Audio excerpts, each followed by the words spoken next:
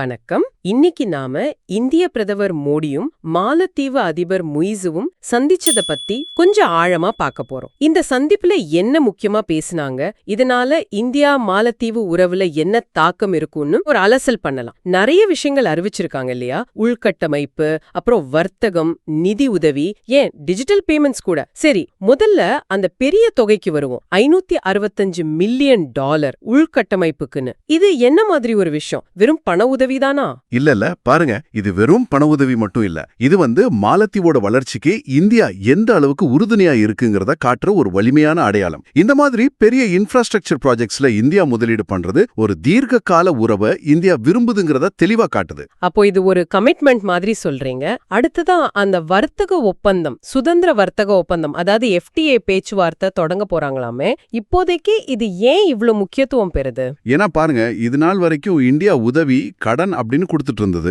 ஆனா இந்த FTA பேச்சுவார்த்தை ஆரம்பிக்கிறது இரு நாடுகளுக்கு இடையிலான பொருளாதார உறவை அடுத்த கட்டத்துக்கு கொண்டு போற முயற்சி. அதாவது வெறும் உதவிகளை தாண்டி ஒரு ஆழமான பொருளாதார பார்ட்னர்ஷிப் உருவாக்க பாக்குறாங்க. இது நீண்ட காலத்துல ரெண்டு நாட்டுக்கும் பயன் தரும். உதவிகளுக்கு மேல ஒரு பொருளாதார இணைப்பு. அப்போ இந்த உதவிகள் பத்தியும் பேசினாங்க இல்லையா? மாலத்தீவுக்கு சில பொருளாதார சவால்கள் இருக்குன்னு சொன்னீங்க. அதுக்கு இந்தியா இந்த மாதிரி உதவி செஞ்சிருக்கு. ரெண்டு விஷயங்கள் இதுல இருக்கு. ஒன்னு, $400 மில்லியன் நாணய பரிமாற்று வசதி, அதாவது கரன்சி ஸ்வாப். இது அவங்களோட அந்நிய செலாவணி கையிருப்புக்கு ஒரு சப்போர்ட் கொடுக்கும். ரெண்டாவது, அவங்க வாங்கின கருவூல உண்டியல் கடன் இருக்கு இல்லையா, அதுக்கு வட்டி கட்ட வேண்டிய தேதிய வட்டி இல்லாம இன்னும் ஒரு வருஷத்துக்கு தள்ளி வச்சிருக்காங்க. அதாவது மே 2025 வரைக்கும். இது உடனடியா அவங்களுக்கு ஒரு பெரிய நிதி சுமையை குறைக்கும். சொல்லப்போனா இது அவங்களுக்கு ஒரு பிரீதிங் ஸ்பேஸ் கொடுக்குது. ஓராண்டு நீட்டிப்பா, வட்டி இல்லாமலா? அப்படியா? இது நிஜமாவே பெரிய உதவிதான் உங்களுக்கு. சரி, இப்ப கொஞ்சம் டெக்னிக்கல் சைடு வருவோம். நம்ம ஊர்ல இருக்கிற UPI மாதிரி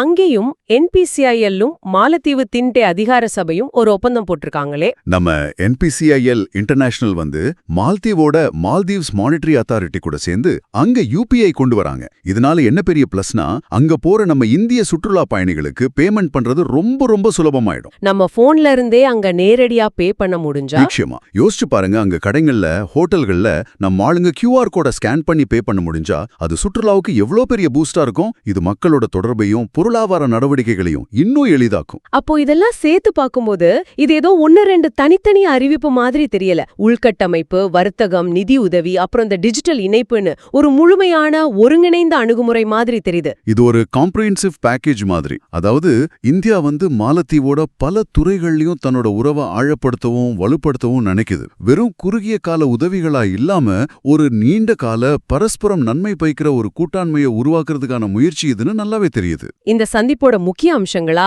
நாம சுருக்கமா பார்க்கறது பெரிய உள்கட்டமைப்பு முதலீடு, தடையில்லா வர்த்தகத்தை நோக்கிய முதல் அடி, தொடர்ச்சியான நிதி ஆதரவு, அப்புறம் ரொம்ப முக்கியமா சுற்றுலா பயணிகளுக்கு பயனுள்ள டிஜிட்டல் பேமெண்ட் வசதி. இது எல்லாமே ரெண்டு நாடுகளுக்கு இடையிலான உறவு அடுத்த கட்டத்துக்கு போறத காட்டுது. வெறும் பேச்சளவுல இல்லாம செயல் திட்டங்கள் மூலமா உறவு பலப்படுது. இது ஒரு விரிவான கூட்டாண்மை உத்திய நோக்கிய நகரும்னு சொல்லலாம். இப்போ இந்த அலசலோட இறுதியா உங்ககிட்ட ஒரு கேள்வி. நீங்க என்ன நினைக்கிறீங்க? இப்படி உள்கட்டமைப்பு, வர்த்தகம், பணம், டெக்னாலஜின்னு பல வழிகள்ல இந்தியா பண்ற இந்த முதலீடுகளும் உதவிகளும் இது அரசாங்கங்களுக்கு இடையிலான உறவை மட்டும்தான் பலப்படுத்துமா? இல்ல மாலத்தீவுல இருக்கிற சாதாரண மக்களோட பார்வையில இந்தியாவை பத்தின எண்ணத்தை வருங்காலங்கள்ல இது எப்படி மாத்தும்? அவங்க வாழ்க்கையில இது ஒரு நேர்மறையான தாக்கத்தை ஏற்படுத்துமா?